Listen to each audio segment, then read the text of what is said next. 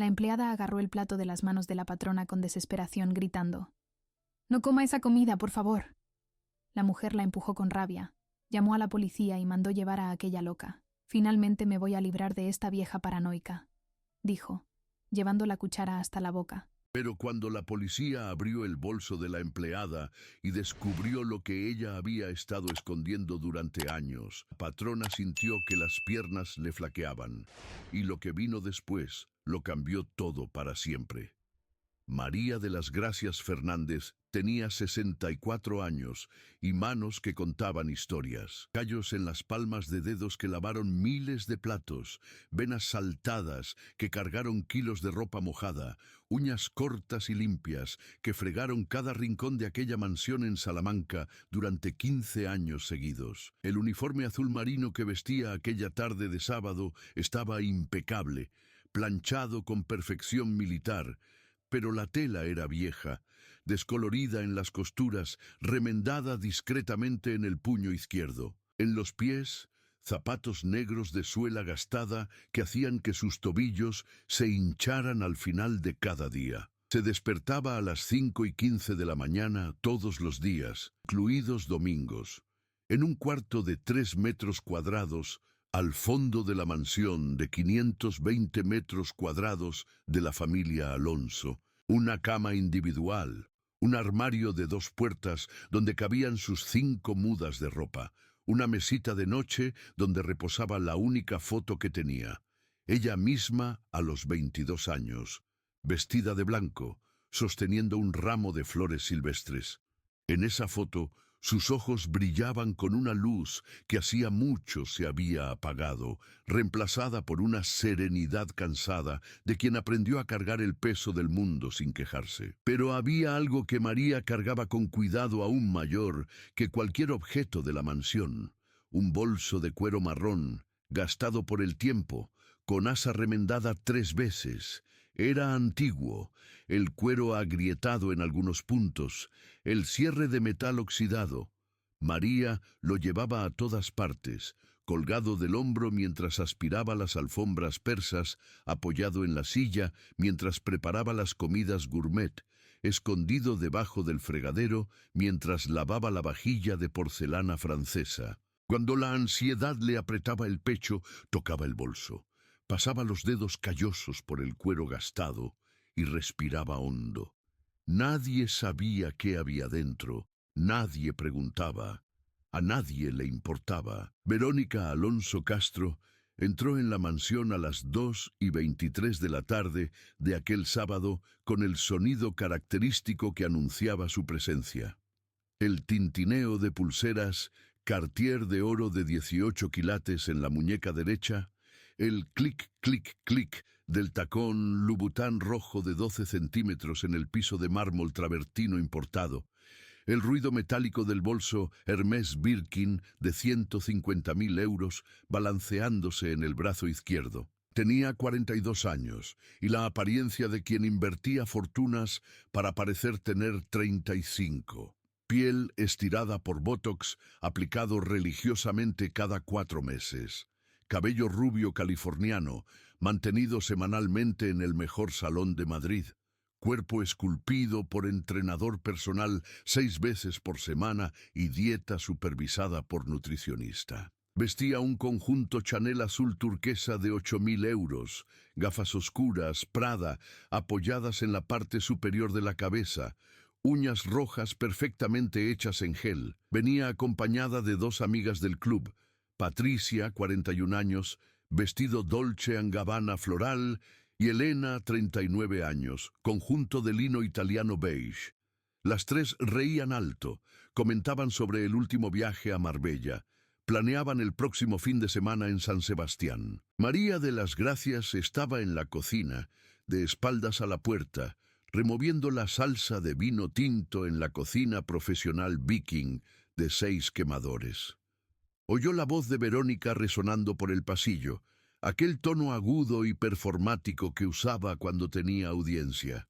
Patricia, tienes que conocer mi spa favorito en San Sebastián.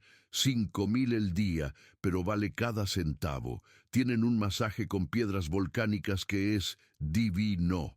María no se dio la vuelta. Continuó removiendo la salsa en movimientos circulares constantes, pero sus hombros se encorvaron levemente. 15 años y Verónica nunca había dicho buenos días. 15 años y nunca la miró a los ojos. 15 años siendo llamada la doméstica, como si no tuviera nombre. Las tres mujeres se acomodaron en el comedor alrededor de la mesa de caoba de 16 lugares decorada con arreglo de flores importadas de 300 euros que eran cambiadas 2 veces por semana. María sirvió agua con gas francesa en copas de cristal Baccarat.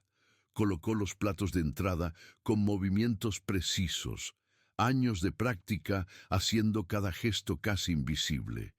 Cuando posicionó la ensalada César con láminas de parmesano reggiano frente a Verónica, sus manos temblor casi imperceptible, pero suficiente para hacer que la hoja de lechuga se deslizara medio centímetro hacia la izquierda en el plato. Verónica puso los ojos en blanco dramáticamente. ¿Vieron eso? La doméstica está cada día más despistada. La semana pasada casi dejó mi baño inundado. Ayer puso demasiada sal en el puré. Hoy está temblando como una hoja. Patricia soltó una risita incómoda. Elena se concentró en la ensalada. Y hay más. Verónica continuó, tomando el tenedor con dedos ornados de anillos de diamantes que sumaban más de 200.000 euros. Anda extraña, nerviosa, siempre tocando ese bolso ridículo que carga a todas partes como si guardara las joyas de la corona británica. Estoy pensando seriamente en despedirla. 15 años es demasiado tiempo. La persona se acomoda, se relaja. María de las Gracias estaba volviendo a la cocina. Se detuvo en la puerta, de espaldas a las mujeres, apretó el bolso de cuero contra el pecho, respiró hondo 3 veces. Las lágrimas quemaron en los ojos, pero no cayeron, nunca caían durante el turno. Volvió a la cocina y miró hacia la estufa.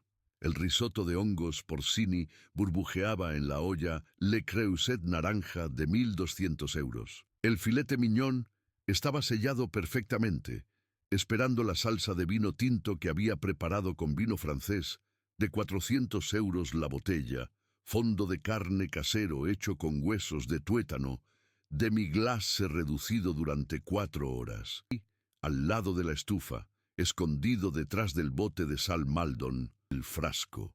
María lo había encontrado esa mañana, a las 6:42, cuando fue a limpiar el cuarto de Verónica.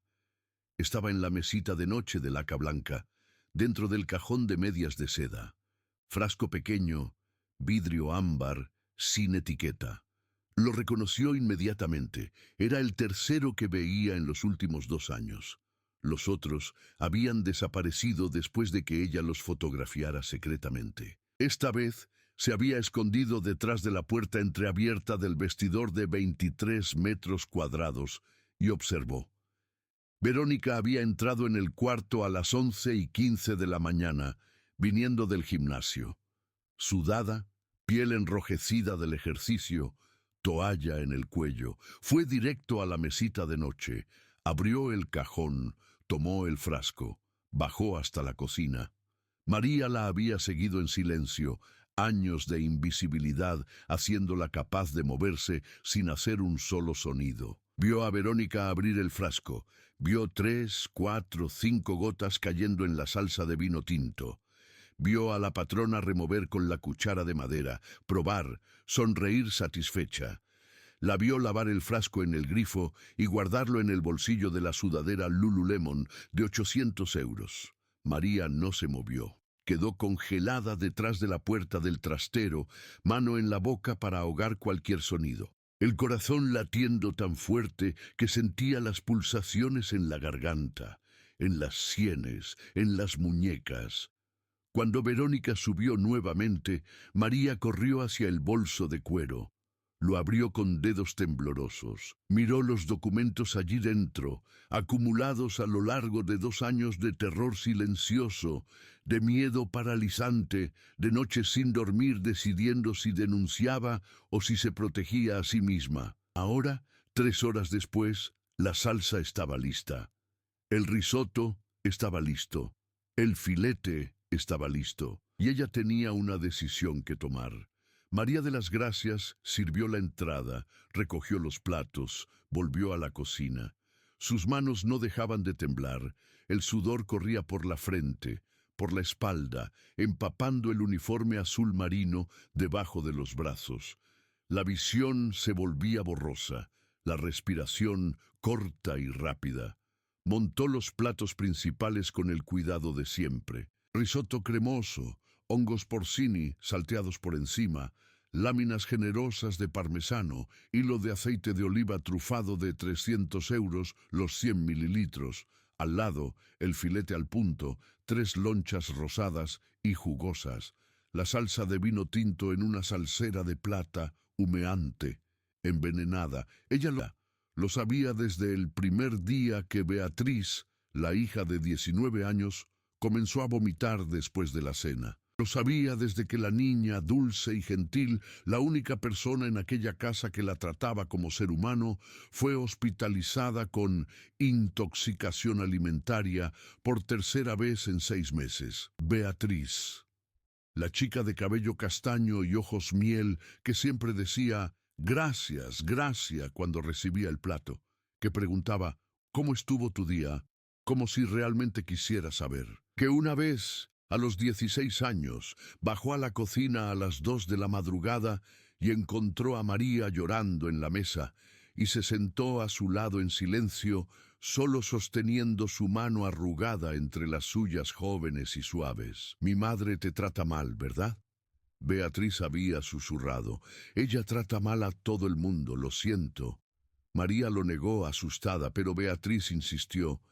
Cuando crezca y salga de esta casa, te llevaré conmigo. No mereces esto aquí. 2 años después de esas palabras, Beatriz comenzó a enfermarse, siempre después de comer platos específicos, siempre platos que solo ella y la madre tocaban antes de servir. María comenzó a sospechar. Guardó muestras de comida escondidas. Usó todo el salario de un mes, 1.800 euros, para mandar a analizar en un laboratorio particular de Vallecas. El resultado llegó 3 semanas después, en un sobre pardo que abrió con manos temblando tanto que rasgó el papel. Arsénico. Pequeñas dosis. Acumulativas. Letales con el tiempo. María vomitó en el baño minúsculo de su cuarto. Lloró hasta quedarse sin lágrimas. Y entonces, con manos temblorosas, comenzó a documentar todo. Fotografió el frasco cada vez que lo encontraba. Fotografió a Verónica manipulando la comida de Beatriz. Guardó muestras de comida en frascos etiquetados con fecha y hora. Anotó cada episodio de enfermedad de Beatriz en un cuaderno pequeño con letra temblorosa pero legible. Pero no denunció. No podía. ¿Quién creería a una empleada doméstica de 64 años acusando a una señora de la alta sociedad? ¿Quién escucharía su palabra contra la de Verónica Alonso Castro, heredera de fortuna industrial, esposa de empresario, miembro del club más exclusivo de Madrid? Así que guardó todo en el bolso de cuero y esperó, y observó, y rezó para que Beatriz sobreviviera hasta que ella encontrara el coraje de hacer lo que era necesario. Hasta aquel sábado. María de las Gracias agarró la bandeja con los platos principales. Sus manos temblaban tanto que la vajilla de porcelana tintineaba. Caminó hacia el comedor. Cada paso era una eternidad. Colocó el plato frente a Patricia, frente a Elena. Y entonces, cuando fue colocar el plato frente a Verónica, algo dentro de ella se rompió. No era solo el veneno, era todo. 15 años de la doméstica, 15 años de humillación, 15 años siendo invisible, 15 años viendo a aquella mujer tratar a su propia hija como obstáculo, como enemiga, como algo a ser eliminado. Y Beatriz, dulce Beatriz, que la había visto cuando nadie más veía, que había sostenido su mano, que había prometido llevarla consigo. Beatriz estaba muriendo, lentamente, y María era la única que lo sabía. El plato estaba a centímetros de la mesa. Verónica ya extendía la mano para alcanzar el tenedor. Sus amigas conversaban animadamente, ajenas a todo. Y María de las Gracias Fernández, 64 años, manos callosas, uniforme gastado, tomó la decisión que cambiaría todo. Agarró el plato de las manos de Verónica. «No coma esa comida». El silencio fue instantáneo y absoluto. Las tres mujeres la miraron como si hubiera enloquecido. Verónica se levantó de un salto, el rostro rojo de furia. «¿Qué demonios haces, loca?» «Está envenenada», María dijo, la voz temblando pero firme. «La salsa tiene arsénico». Verónica abrió la boca, pero lo que salió fue una risa aguda, histérica. «¿Emma, envenenada? Estás completamente loca. Patricia, Elena, pueden creer esto». La doméstica finalmente perdió la cabeza. «Señora Verónica», María continuó, apretando el bolso contra el pecho con una mano, mientras sostenía el plato con la otra. «Yo sé lo que usted ha estado haciendo. Sé lo de los frascos. Sé que está envenenando a Beatriz. Y tengo pruebas». El rostro de Verónica cambió. Por un segundo, solo un segundo, María vio el pánico atravesar aquellos ojos azules maquillados, pero fue reemplazado inmediatamente por furia fría. «Llamen a la policía», dijo, la voz gélida. «Esta mujer está delirando. Es peligrosa. Quiero que la arresten inmediatamente». Patricia ya estaba marcando en el celular. Elena se había levantado, incómoda, sin saber qué hacer. María no se movió. Sostuvo el plato, sostuvo el bolso y esperó. Cuando la policía llegó, dos agentes, hombre y mujer, uniformes impecables, Verónica ya había montado todo el escenario. «Oficiales, gracias por venir tan rápido. Esta mujer es mi empleada doméstica. Trabaja aquí hace 15 años, pero últimamente ha estado actuando de forma muy extraña. Hoy, durante el almuerzo con mis amigas, arrancó el plato de mis manos gritando incoherencias sobre veneno. Creo que puede estar teniendo algún tipo de crisis mental. Temo por mi seguridad y la de mi familia». El agente, 40 y tantos años, bigote gris, miró a María con aquella expresión que ella conocía tan bien. La expresión de quien ya decidió quién es culpable antes de oír la historia. «Señora», dijo, la voz autoritaria, «va a necesitar venir con nosotros para aclarar esto».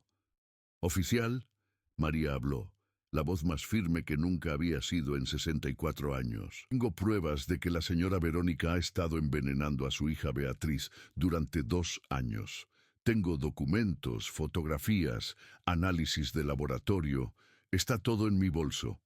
Verónica rió. «¿Ven? Delirios paranoicos. Oficiales, por favor, llévenla y revisen ese bolso del que habla.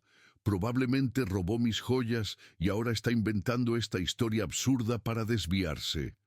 La agente, 30 y tantos años, expresión seria, se acercó a María. «Voy a necesitar ver su bolso, señora». María lo extendió con manos temblorosas. La agente lo abrió y se quedó quieta. Dentro había un sobre pardo con resultado de laboratorio. 15 fotografías impresas mostrando a Verónica manipulando frascos y comida. Un cuaderno pequeño con anotaciones detalladas. 3 frascos pequeños etiquetados con fechas, conteniendo muestras de comida. Y una carta, manuscrita con letra temblorosa, dirigida a la policía, explicando todo en caso de que algo le pasara a María o a Beatriz. La agente levantó la vista, miró a Verónica, miró a María, y entonces dijo algo que cambió todo. «Voy a necesitar que todas vengan a la comisaría».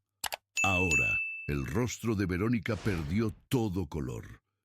María de las Gracias Fernández pasó 6 horas en la comisaría de Salamanca dando declaración, mostró cada documento, explicó cada fotografía, contó cada episodio.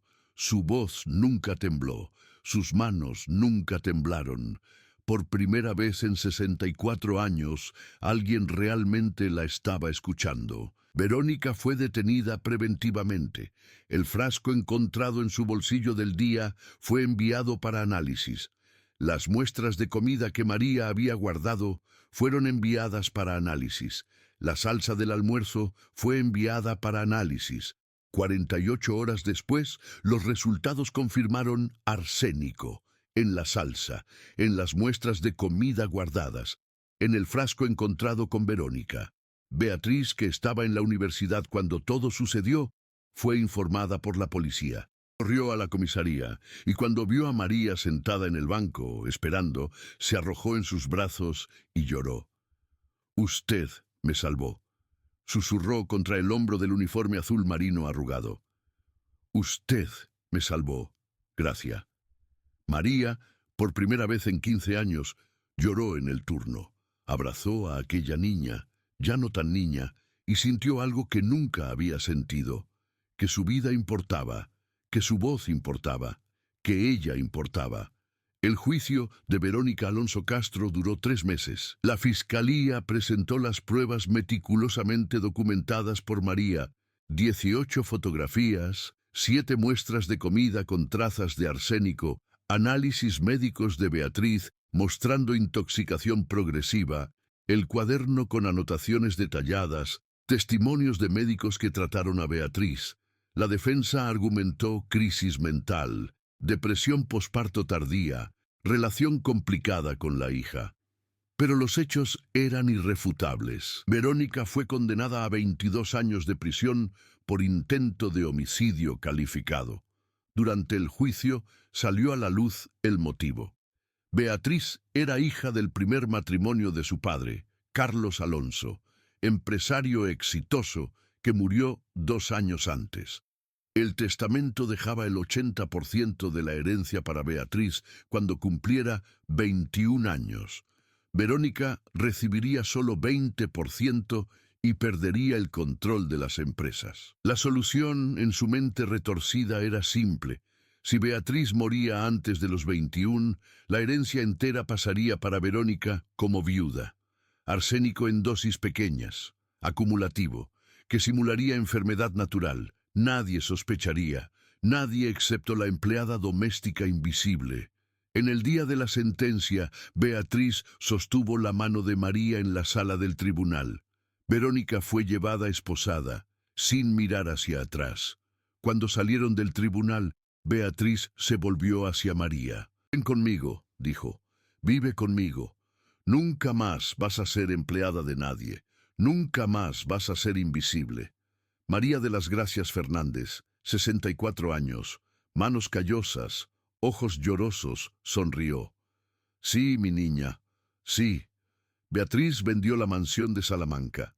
Con el dinero y la herencia del padre, compró un apartamento de 3 dormitorios en Chamberí. Un dormitorio para ella, uno para María, uno para visitas. Por primera vez en su vida, María tuvo un cuarto con ventana, con luz del sol, con cama confortable, con armario espacioso, donde no cabían solo 5 mudas de ropa, sino 15, 20, 30. Beatriz insistió en que María nunca más trabajara, pero María, después de 64 años limpiando casas ajenas, no sabía hacer otra cosa. Entonces llegaron a un acuerdo. María cocinaría cuando tuviera ganas, limpiaría solo su propio cuarto, viviría como parte de la familia, no como empleada. Y así fue. Beatriz volvió a la universidad, terminó la carrera de Derecho. Durante los años de estudio, María la esperaba con la cena lista. Preguntaba sobre sus estudios, escuchaba sus problemas, consolaba sus frustraciones. Por primera vez, las 2 mujeres conversaban como iguales, como familia. 5 años después del juicio, Beatriz, ahora con 24 años, abogada recién graduada, volvió a casa una noche con expresión seria. «Gracia», dijo, sentándose a la mesa de la cocina, donde María pelaba patatas para la cena. «Necesito hablar contigo sobre algo». María dejó el pelador. «Dime, mi niña». «Estuve pensando mucho sobre lo que pasó, sobre cómo casi morí sin que nadie notara. sobre cómo fuiste la única persona que me vio, que se importó lo suficiente para arriesgar todo. María iba a protestar, pero Beatriz levantó la mano. Déjame terminar. Hay miles de mujeres como tú, empleadas domésticas, niñeras, cuidadoras, mujeres que pasan décadas siendo invisibles, y muchas de ellas sufren abusos, explotación, violencia, y no tienen voz. No tienen cómo denunciar porque nadie las escucha. Beatriz sacó una carpeta de la mochila. Quiero abrir una ONG, Voces Invisibles, un lugar donde mujeres en situación de trabajo doméstico puedan denunciar abusos, recibir orientación jurídica, tener apoyo. Quiero usar la herencia del papá para esto. Quiero que tu historia, tu coraje, ayude a otras mujeres. María sintió las lágrimas quemando. Pero necesito tu permiso. Beatriz continuó. Necesito que me ayudes. Necesito que seas la cara de esto, que cuentes tu historia, que muestres que una empleada doméstica de 64 años puede cambiar todo. ¿Qué dices? María de las Gracias Fernández, 69 años ahora, manos aún callosas pero corazón lleno, asintió.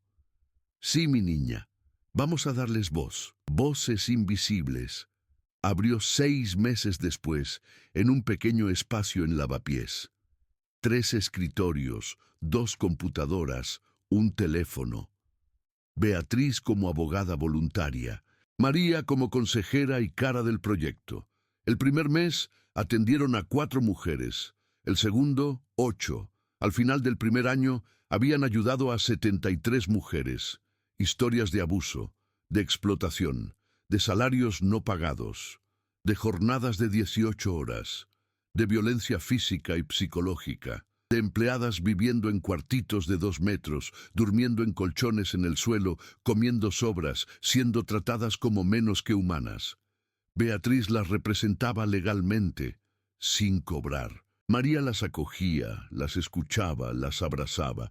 Yo sé, decía, yo también fui invisible, pero ya no lo somos.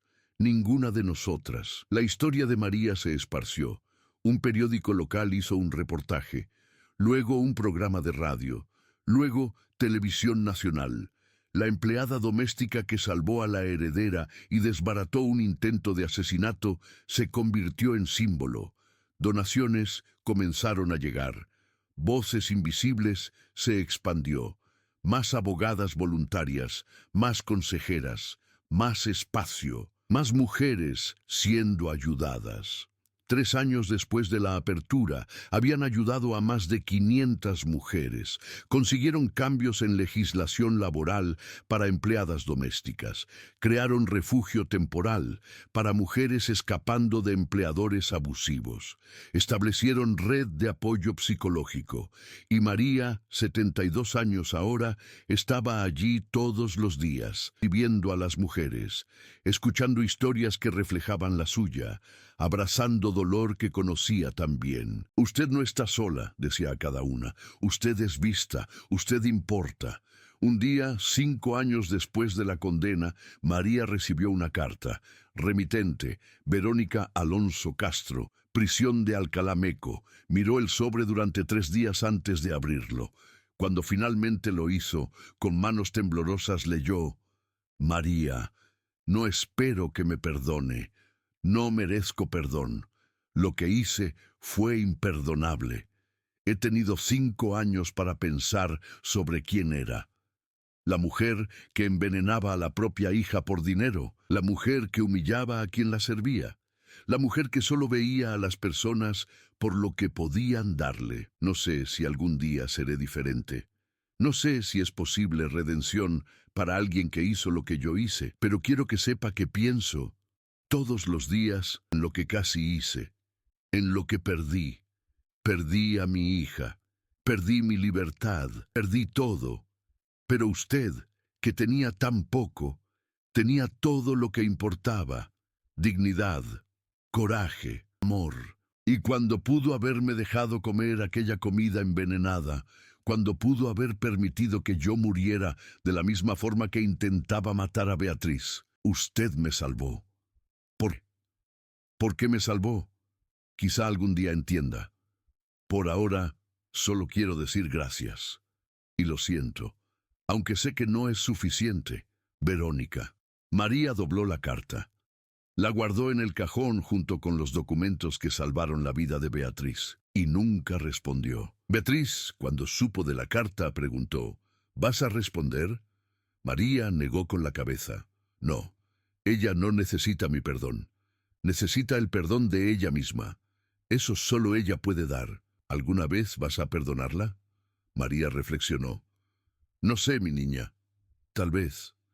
Algún día. Pero perdonar no significa olvidar. Y ciertamente no significa que lo que ella hizo estuvo bien. Significa solo que no voy a dejar que el odio consuma lo que me queda de vida. Beatriz abrazó a la mujer que la salvó, que la acogió, que se convirtió en la madre que nunca tuvo. Te quiero, Gracia. Y yo te quiero, mi niña, más de lo que las palabras pueden decir. María de las Gracias Fernández vivió hasta los 83 años. Murió durmiendo un sábado por la mañana en la cama confortable del cuarto que Beatriz montó para ella 13 años antes, sin dolor, en paz. Beatriz, ahora 37 años, madre de 2 hijos adoptivos, Lucas, 8 años, y Sofía, 6, organizó el funeral. 427 personas comparecieron, mujeres que María ayudó, empleadas de Voces Invisibles, amigas, familia elegida. En el ataúd, María usaba un vestido azul claro. En las manos, cruzadas sobre el pecho, estaba el viejo bolso de cuero marrón, gastado, remendado, el bolso que guardó la verdad durante 2 años, el bolso que salvó una vida, el bolso que cambió todo.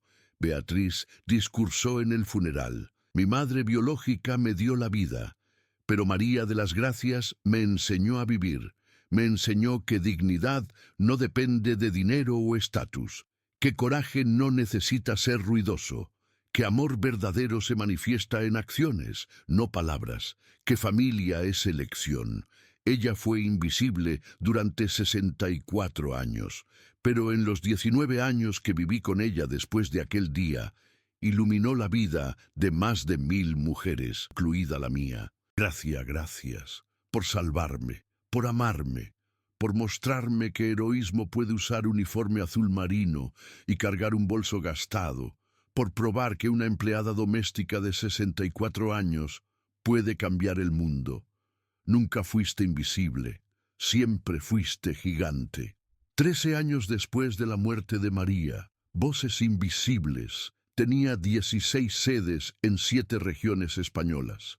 Había ayudado a más de 12.000 mujeres. El nombre oficial de la institución fue cambiado a Instituto María de las Gracias Fernández, Voces Invisibles. Beatriz, 50 años, era presidenta del consejo.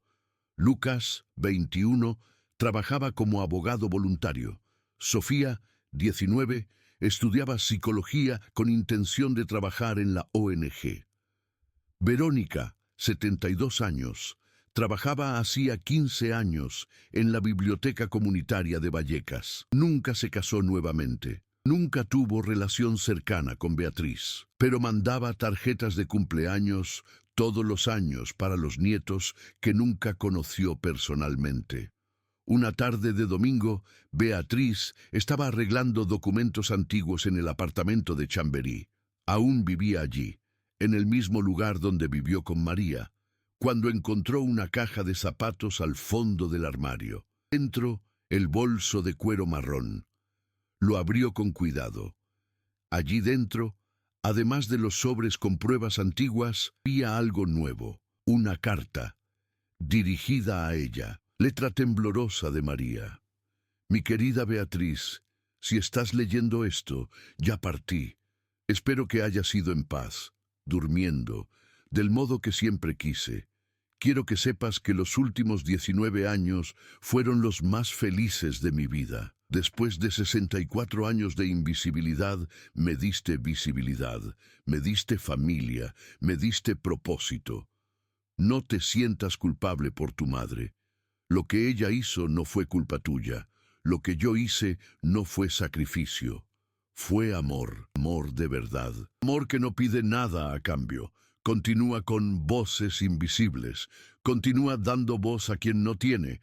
Continúa siendo la mujer increíble que eres. Y recuerda, nadie es invisible cuando hay alguien que realmente mira.